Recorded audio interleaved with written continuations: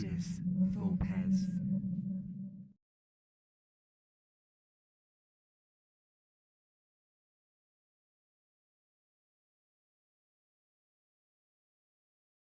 Welcome to Ludus Vulpes. My name's Kirsty and today we're at Airecon. So, have you all enjoyed Airecon? Yeah. Yeah? Having a good time? Good. Having a good time? Yeah. So basically, we've just finished a game of Rise from DLP Games. The designers are Rino Panzadari, I've probably got that wrong, and Marco Franzo. Apologies for any misspellings or pronunciations there. We've literally just finished the game, and a few people here are going to give their thoughts following their play. So, who would like to start? I'll go first. I think I quite enjoyed it. It wasn't a hard game to pick up. Yeah. I think there was some parts that I tend to not enjoy with some games. I think maybe 4 players might have been a bit much. There's a lot of downtime, especially on some of the more complex goes. When stuff is triggering as well and building up, there wasn't an easy way to keep track of what we've done and what you've still got left. Yeah, I think initially. Yeah. Thank you. It's all right. Brian, for your feedback. Yeah, What do you think? I quite like this game a lot. I mean, I've played several games that gave me a similar feeling. Okay. Some of them, I think the last one I played was Furnace, also has a similar theme. Yes, it does, yeah. And thus goes, I mean, everything triggers in a line. It gave me the similar feeling, but somehow it felt like the product was not completely finished.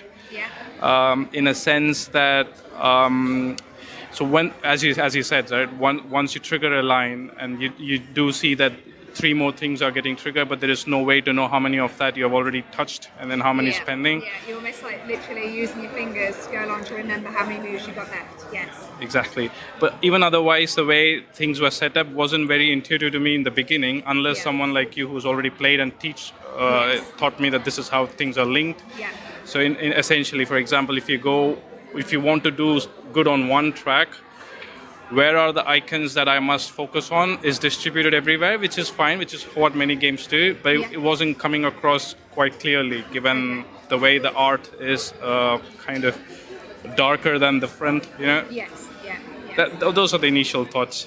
Okay, thank you. What do you think? For me,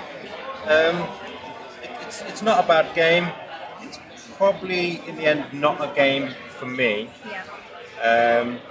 I mean, the box is an interesting box cover to start with. Yeah.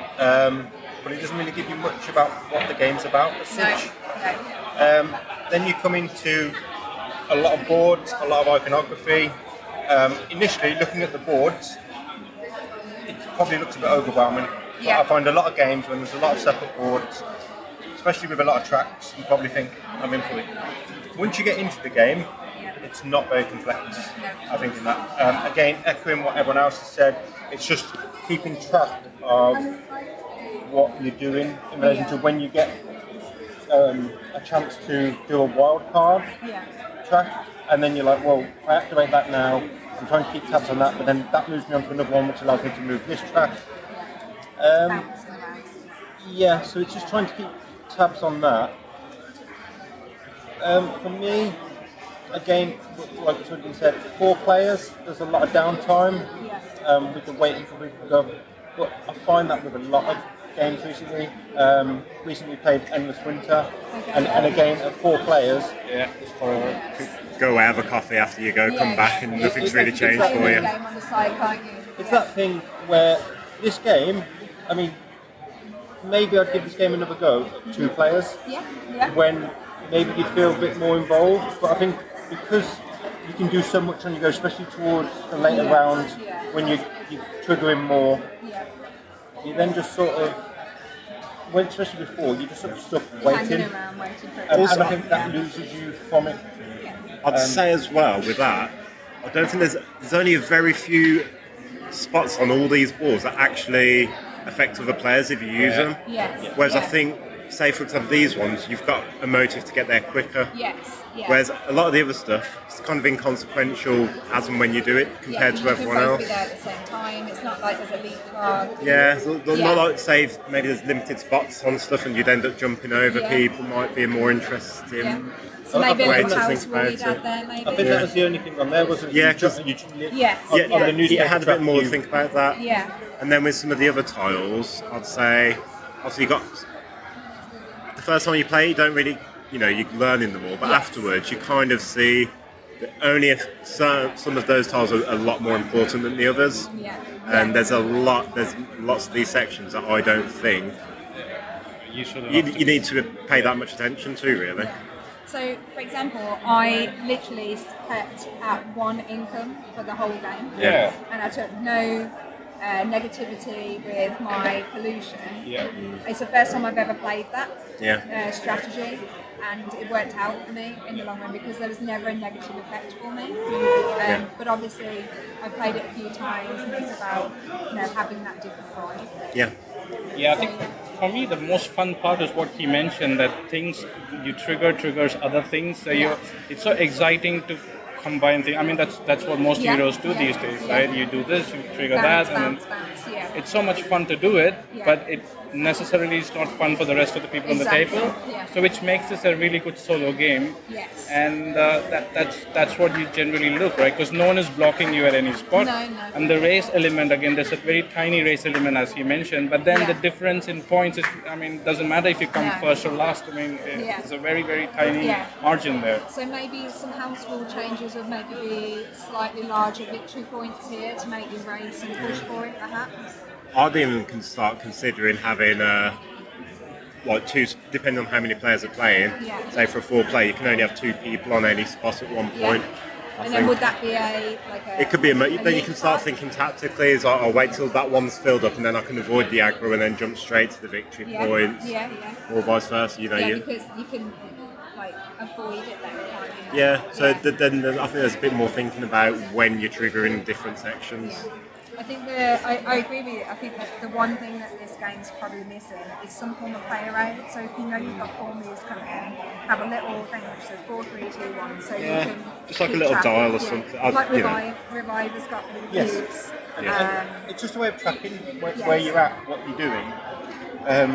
I think because we had it with yourself when we got the wild move. Yeah, I think it's especially when you're triggering them. And then it was just trying to work out how many moves. Well, actually, no, I flipped the book, which gave me another move, because I moved on this track. Yeah. And you just sort of get lost.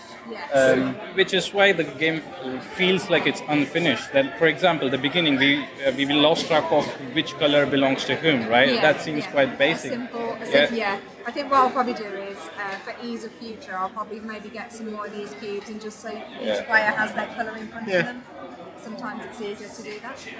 As well as I just think, again, this might be because of layout, but also because there's so many cubes. There's a lot going on the board. Yeah. You've got the iconography, you've got all the different cubes spread across, as you can see here. Then obviously you've got your little sort of boards here, your books, and depending on how much income you're doing, if you're doing quite heavy on the income, you've got a bit of coins. It just clogs up a bit for me, especially when you're trying to look. I mean, I don't know because I haven't looked into it, but is this okay for if you're colourblind in relation to the colour cubes that you used? I think they have gone for the primary colours. They've obviously used the symbology as and where they can. So I've got 2 uncles who are colourblind, and they just literally look for icons instead, large in colour. But I'm not sure about the cubes. I was about to say, because is it red and green? Is that the one that? Yeah, red and green is quite similar, but that's why people tend nowadays to have more like a tealy green, and maybe a slightly more purpley red. So you'll find it's like a pinky purpley red. But that's a good point because actually it probably isn't suitable for colourblind. And if I'm honest, I mean, going back to theme, I don't think there is any. No. I think genuinely, but this is like a typical Euro. You could throw anything on this, and it's not gonna. It tracks the board game. Yeah, pretty much. I mean, they could literally have been blank with just the icons on, and it would make. Which would make it easier to look at, I guess. Well, but at the same time, I mean, none of the science to me when you're doing it makes you feel like you're doing any kind of science and research. Investigating. Well, yeah. None of that felt overly. I mean, maybe you gotta make the kind of the read and everything a bit more heavy and maybe have some of those sections more heavy on certain benefits, maybe. Yeah. I mean, And not. also, Yeah, go on. there wasn't really in end game. There wasn't a repercussion for pollution. No. I mean, You'd have to be right down Yeah. there. Compared to that one, yeah, I mean, Yes. I think that would be perfectly fine. I don't see any negative of having some positive and negatives there. yeah, Yes. because the only negative really during the game that we found was not being able to read the books. Yeah. But Which is I fine. mean- I mean, how close was it in 2 a couple points? of points, yeah. A couple of Yeah. points. And Well, so I didn't you read spent books entire game. game. Yeah. And you were 2 points behind. Which is what I was saying. That's the only element of interaction where you do let other people take or don't take the bonus, right? And the bonus is so marginal that it didn't matter at the end. Exactly. Whereas you'd probably be a bit more concerned if, like this board, you ended up on minus which because the only time you're going to lose 5 is if you literally are at the bottom You're and bouncing. take it again. Which none of us did really. Because as soon as you get there, you're not wanting to go any further. You want to get back out. Yeah. You want to get back out. Thank you. Thank you so much for your feedback. Really, really appreciate that. So we'll just say bye to everyone at home. If you want to give them a little wave. And yeah, thank you for your feedback. Thank you very much for the teach. No problem. Yeah, thank you.